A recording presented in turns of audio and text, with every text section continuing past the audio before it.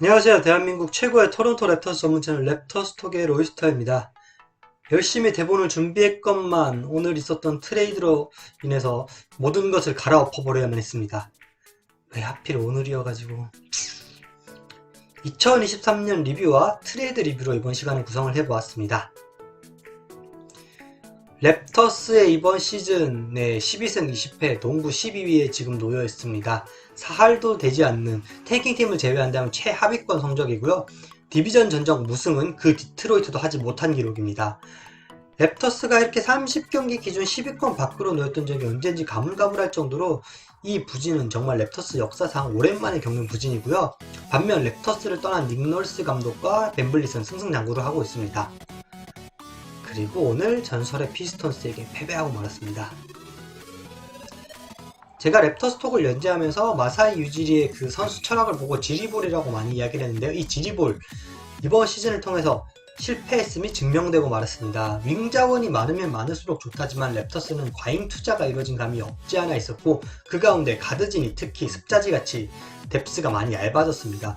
그리고 랩터스 외곽 생산력이 몇 년째 바닥을 기고 있는데요. 이번 시즌에는 자유투마저 리그 성공률에서 30위를 기록하면서 수비는 잘하지만 그 이후 넣지 못하는 사태가 일어나면서 이렇게 무너졌고 그 잘한다는 수비 역시 지금 기준으로는 리그 평균급에 불과합니다. 그리고 이건 제 생각일지도 모르겠지만 이 윙포워드를 중심으로 한 활동량의 농구에서 조금씩 바뀌고 있다는 느낌입니다. 왜냐하면 이번 시즌 신인왕 경쟁을 하고 있는 웬반야마나 홈그랜도 그렇고 만케로 셴군처럼 이제는 거의 빅맨에 가까운 선수들이 피딩 능력이나 외곽 능력을 가진 선수들이 등장하고 있으면서 이 랩터스 나도 모르는 사이에 트렌드에 뒤처지게 되었고요. 일단 12승 20패의 성적에서 반등을 바라는 것 자체가 방만한 운영이라고 할 수 있겠죠.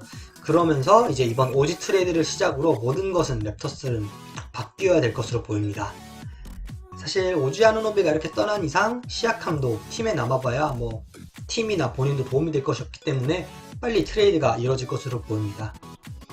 그렇다면 랩터스는 어떤 방향으로 나아가야 하는가? 제가 생각하는 두 가지 이제 리빌딩의 모델은 유타 재즈와 휴스턴 로켓츠입니다. 유타 재즈 같은 경우는 미첼과 고베어를 앞세워서 플레이오프 단골 손님이었지만 우승에 미치지 못한다는 것을 깨닫고 빠르게 팀을 재정비했습니다.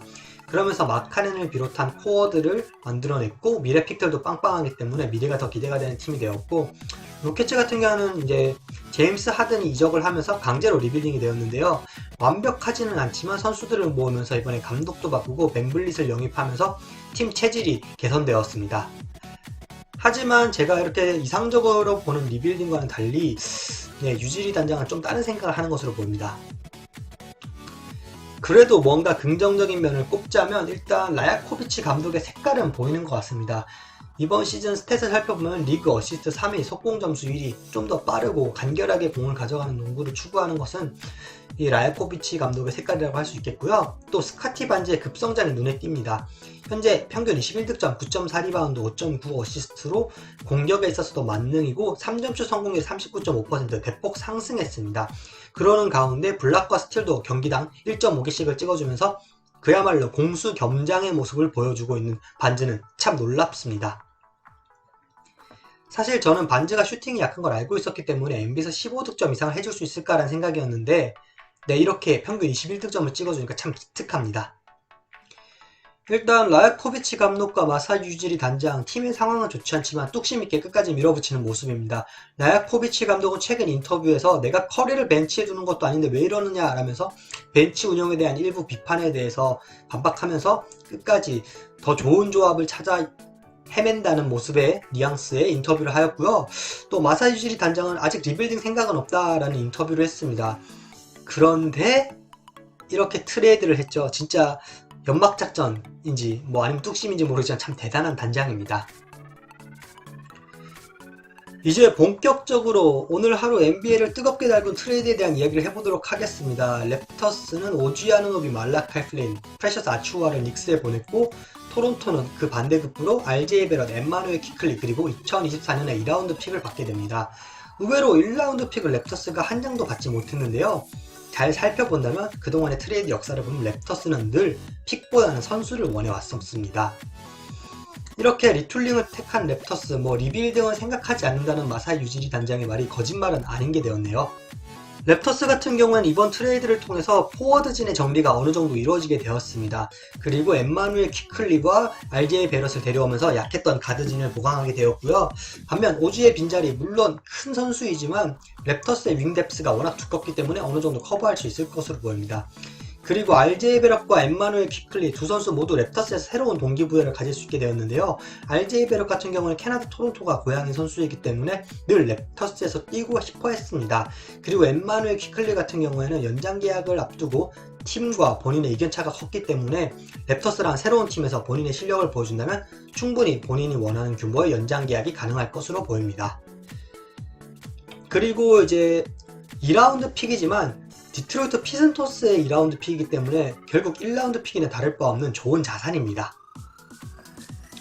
뉴욕 닉스의 계산은 어땠느냐? 사실 닉스 입장에서도 애매했던 선수들을 처리하면서 좋은 선수를 데려온 경우가 되었는데요. 사실 RJ 베럿 같은 경우는 물론 좋은 선수이지만 연장 계약 이후 이번 시즌 성장의 정체가 보이면서 이 선수의 실링이 다다랐느냐라는 의문점을 나타냈던 한 해였고, 엠마누엘 퀴클리 같은 경우는 아까 이야기했지만 연장 계약을 앞두고 선수 본인과 팀의 이견차가 굉장히 컸습니다.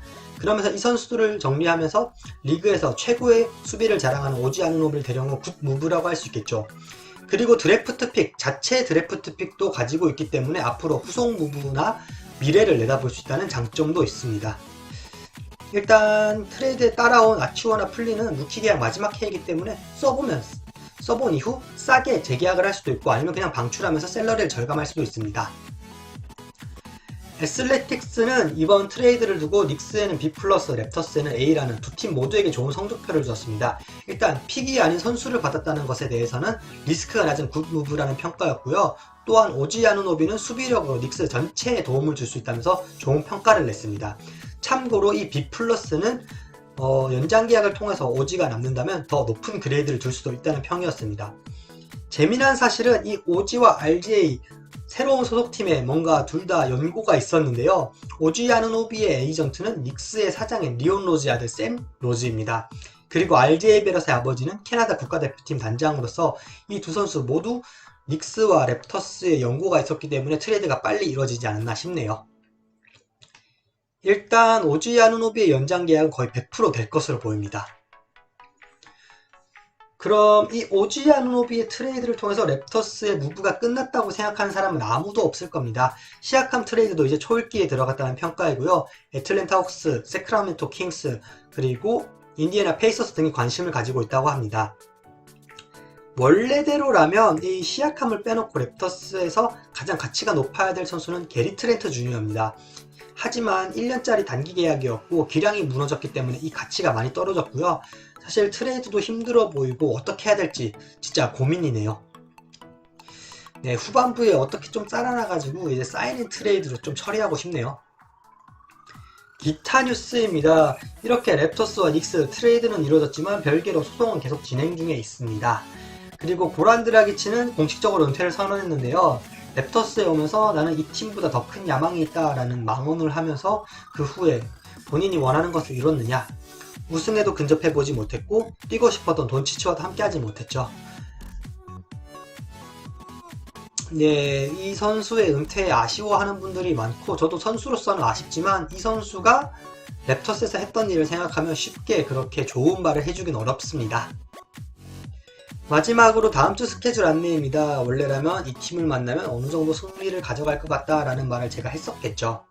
그치만 디트로이트 피스턴스에게 패배한 이 마당에 누구를 만나면 이길 수 있고 누구를 만나면 어려울 것 같다, 이게 무슨 의미겠습니까? 사실 이 패배로 인해서 트레이드가 일어났지만 팬들의 기대는 여전히 바닥에 있고요. 남은 50경기 동안 랩터스가 어떤 모습을 보일지 한번 지켜봐야겠습니다. 네, 뭐 반전이 있을 것 같진 않아요. 이번 시간 제가 준비한 자료 여기까지입니다. 좋아요, 구독, 댓글 모두 감사드리고 있고요. 다음 주에는 좀 더 재미난 자료 여러분들 찾아뵐 수 있도록 노력하겠습니다. 감사합니다.